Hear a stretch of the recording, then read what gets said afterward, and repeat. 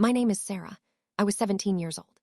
When this happened, it was summer when my parents sent me to my grandmother's home in another city. I was happy because I loved playing with my cousins and enjoying family dinners. But that night, something happened that I will always remember. My grandmother's house was large. It was full of people because we came together for a family wedding. The rooms were bright and the garden was full of flowers. Everyone was busy with cooking, music, and preparing clothes. I loved weddings because they meant food, dancing, and fun with cousins.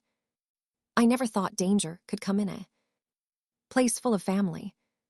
Before I tell you the details, please support me by liking, sharing, and subscribing. It gives me courage to share more true stories. Do not forget to comment as well. Now back to the story where I left. I played with my younger cousins in the garden that day. We laughed, ate sweets, and ran in the sun. My grandmother sat on a chair, smiling at us. My mother helped in the kitchen with the other women. The men talked loudly about guests, cars, and work. It felt like a happy time. I had no idea what was waiting for me that night. In the evening, the wedding songs began. My cousins and I clapped to the music. The bride sat in a red dress. The family took pictures and cheered. I also wore a new dress, and my aunt told me I looked grown up. I smiled shyly because I was not used to hearing that. The food was served and I ate until I was full. When the party ended, everyone felt tired. The children slept early and the women cleaned the kitchen. My grandmother told me I should rest because the next day would be busy again. She said, "Sarah, you can sleep in the guest room. It is quiet there." I thanked her and walked to the room. I felt safe because it was my grandmother's house, surrounded by family. The guest room was small but clean. There was a bed in the middle and a window open to the garden. I closed the curtain, changed my dress, and lay down. I thought about the music and the bride's smile. Slowly, I felt my eyes close. But the night had other plans for me.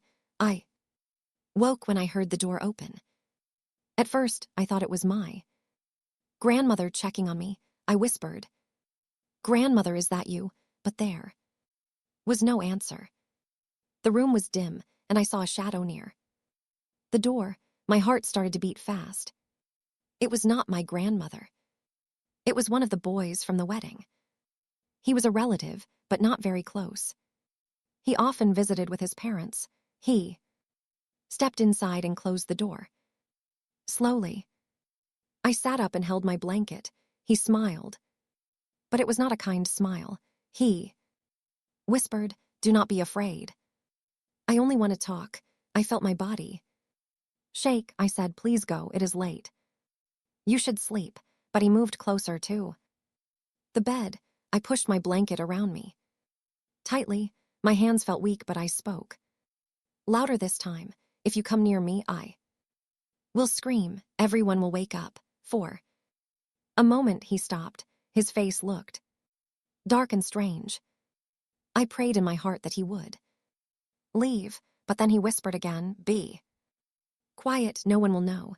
I felt fear rise in me. I thought about my cousins, about my grandmother. I thought about what people would say if they found me with him. My throat felt dry, but I knew I had to be strong. I pushed him back when he reached out. I shouted, "Go now or I will scream." This time he froze.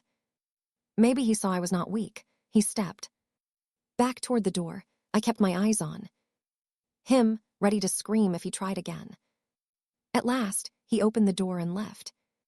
Quickly, the room was quiet again, but I could not sleep. I sat on the bed, shaking and crying softly.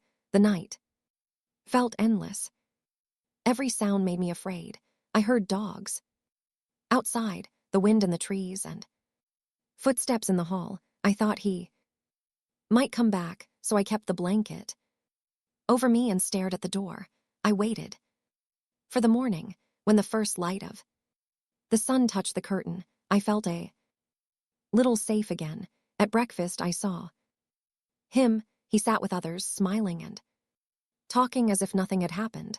He joked with my cousins and laughed with my uncles. I hated his fake smile. I stayed quiet. But my heart was heavy. I wanted to tell someone, but fear closed my mouth. I asked myself, will they believe me, or will they say I made a mistake? The wedding went on and the house was full of noise again, but inside me there was no joy. I avoided him as much as I could. Still, he passed near me. Sometimes his eyes followed me, and I felt my skin burn with fear. Every step I took, I thought he was behind me. At night, I locked the guest room door. I prayed he would not try again. I did not sleep well. I woke many times, checking the door and window. I kept thinking about what happened. My mind asked the same questions again and again. Why me? Why here? Did I do something wrong? But deep down, I knew the truth. I had done nothing wrong. It was all him. When I looked at my younger cousins, I felt even more worried. They were so small and innocent. I asked myself, what if he tries to hurt them one day? That thought broke me. I could not let this stay hidden. I could not stay silent. That was the moment I knew I must speak. But how would I tell my parents? How would I tell my grandmother? My voice was locked by fear. Still, I felt I could not carry it alone. I had to try. The next morning, I could not smile. My cousins laughed and played, but I sat quietly. My grandmother asked me, Sarah, are you sick? I said no. I could not tell her the truth. My mother looked at me with worry. She asked, are you tired? Do you want to rest? I only nodded. I did not know how to speak. During lunch, he was there again.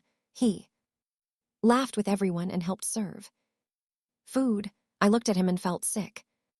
Inside, he acted normal, but I knew his secret. I hated how easy it was for him to hide. He looked like family, but I now saw him as someone dangerous. I wanted to shout in front of everyone. I wanted to say, he is not what you think, but my voice stayed silent. That afternoon, I went to the garden. I sat under a tree watching children play. A little cousin sat near me with her doll. She was only 9 years old. She showed me her toy and smiled. I tried to smile back, but my heart was heavy. I thought, what if he ever tries to hurt her? That thought made me shake. I knew I could not stay quiet anymore. That night, I wrote in my notebook. I wrote about the guest room. I wrote about how he entered. I wrote about my fear and my tears. My hands shook as I wrote each word. When I finished, I hid the notebook under my pillow. I was scared, but I also felt a little stronger. The next morning, my mother found the notebook while she was fixing my bed. She opened it and saw my words. She called me into the room. Her eyes were full of questions. Sarah, did you write this? She asked. Softly, I felt my face turn red. Tears filled my eyes. I whispered, yes, Mama. It happened. My mother hugged me tightly.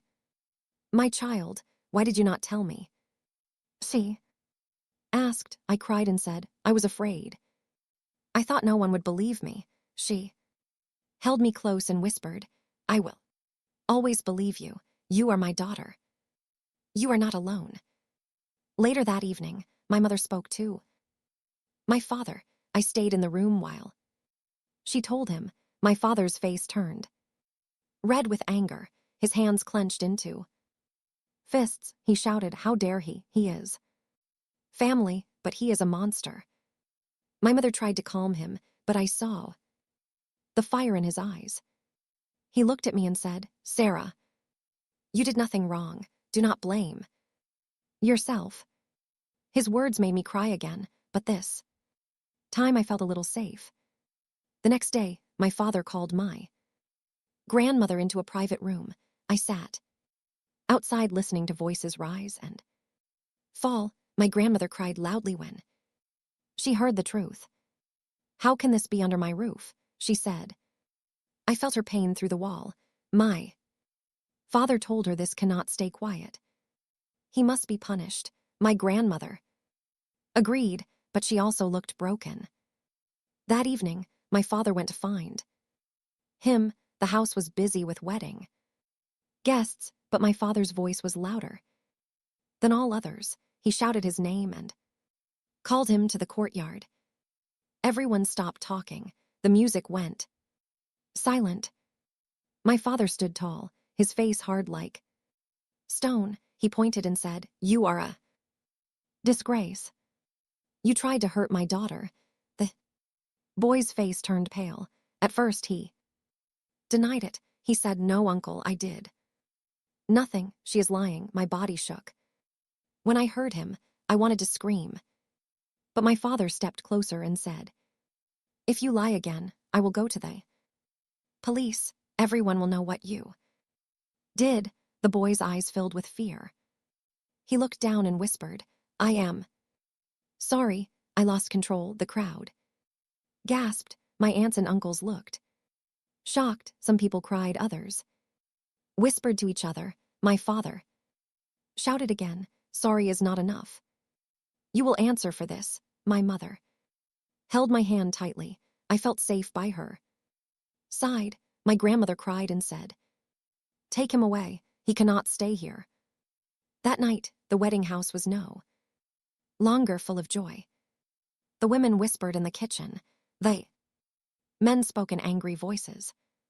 Some relatives tried to say, "Do not tell the police. It will bring shame." But my father stood firm. He said, "The shame is not ours. The shame is his.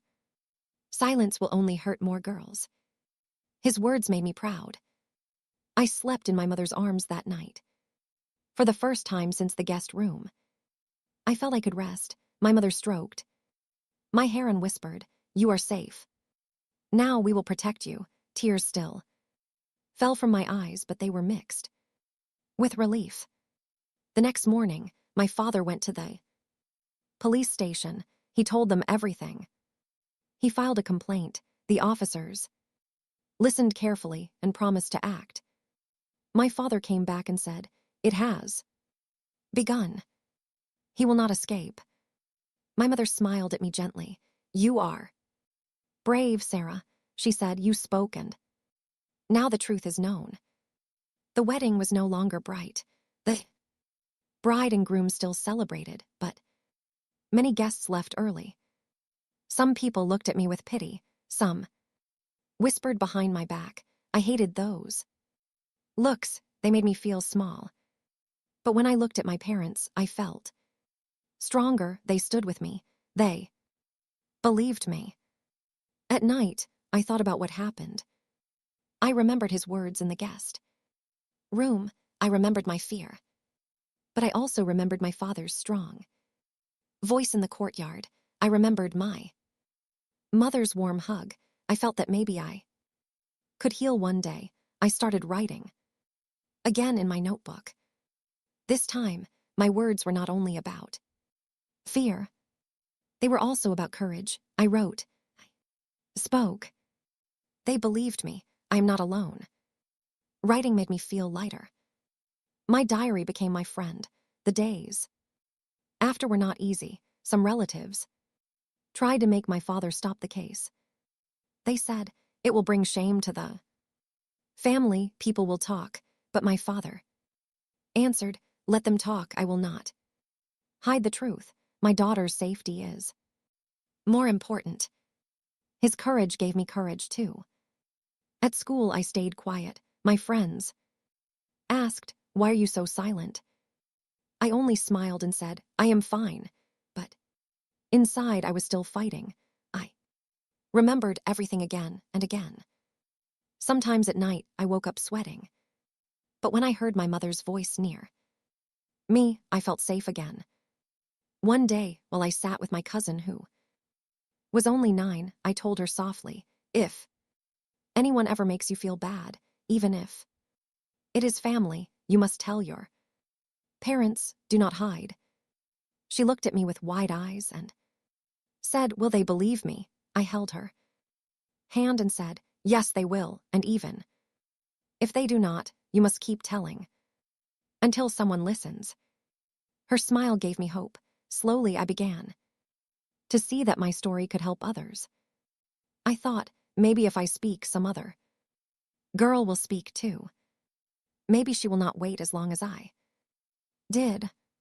That thought made me stronger. The days after the wedding felt heavy. People still talked. Some looked at me with pity. Some looked with doubt.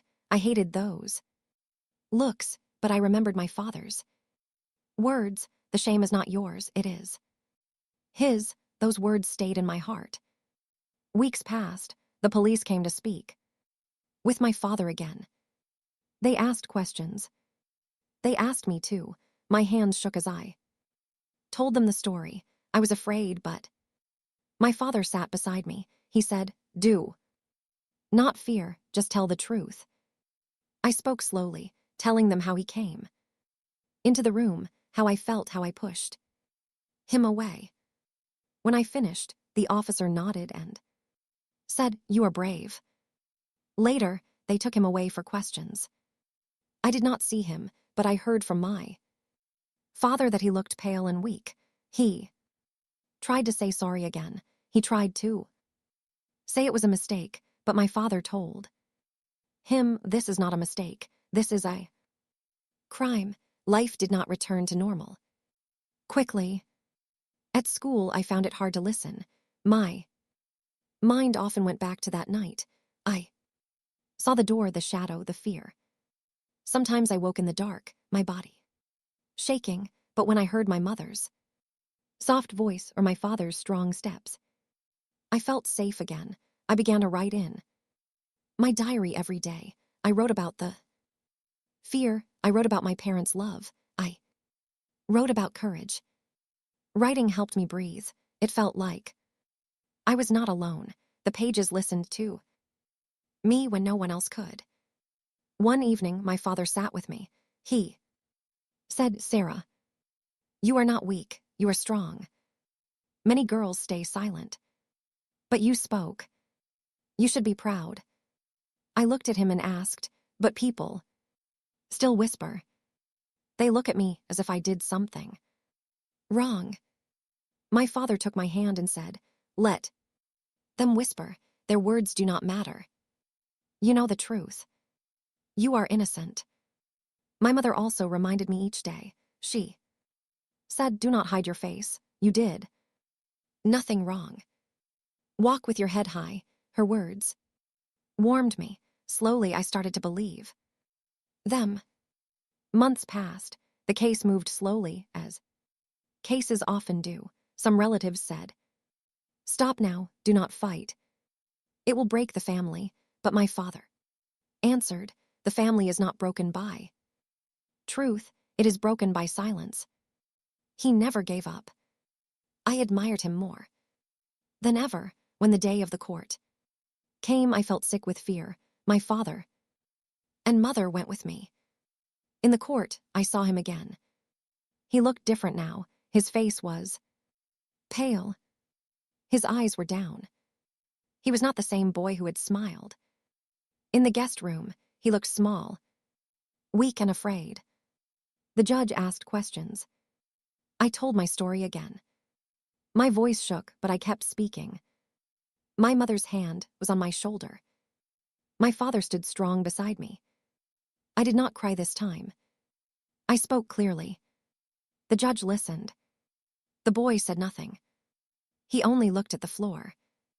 When we left the court, I felt lighter. I knew the fight was not finished, but I had faced him without fear. That was a victory for me. At home, I started to speak more openly. I told my younger cousins, if anyone Makes you feel wrong, you must speak. Even if it is family, do not stay. Quiet, some of them looked shocked. Some asked, but what if no one believes? Us, I told them, the right people will. Believe, and if not, keep telling until someone listens. I also spoke to girls at school. Sometimes they whispered about men who stared at them or about being touched in crowded places. I told them softly, you are not alone. Do not blame yourself. If you feel unsafe, speak. Their eyes showed fear but also hope. Healing was not easy. Some nights I still cried. Some days I felt weak, but I also felt stronger each week. I studied harder. I wanted to build a future where I could stand tall, where I could never be broken again. One day, while writing in my diary, I realized something clear. I was not guilty. I had blamed myself for many nights, but it was never my fault. It was his choice, his action, his crime. That truth set me free. I forgave myself for staying silent in the beginning. I promised I would never blame myself again. My father often said, truth is a shield, lies are a knife. Never fear the truth. I held on to those words. My mother often said, courage grows when we speak. I held on to those words too. Months later, when the case was strong, he was punished. I did not feel happy, but I felt justice. I did not hate him anymore. I only felt pity. He had destroyed his own life with his actions. But I also felt proud of myself. I was no longer the silent girl in the guest room. I was Sarah who spoke, who fought, who survived. Now when I look back, I still feel the pain, but I also see the strength. I see my parents standing with me. I see myself speaking in court. I see myself telling other girls, you are not weak. You are not guilty. You are brave. I was 17 when it happened. I am older. Now, I am still healing, but I am stronger. My story is not only about pain, it is about courage. It is about speaking when it is hard. It is about hope. To every girl who listens to me now, I want to say this, you are not alone. Do not hide your voice. If someone hurts, you speak. If someone makes you afraid, speak. Silence protects them. Speaking protects you. Your truth has power, and to every boy who listens, I want to say this, respect women, do not see them as weak, do not see them as bodies. Respect them as human, as equal, as important. A real man does not harm. A real man protects. We all go through hard times, but stories like this can help us feel seen. Thank you for watching and come back for more real moments.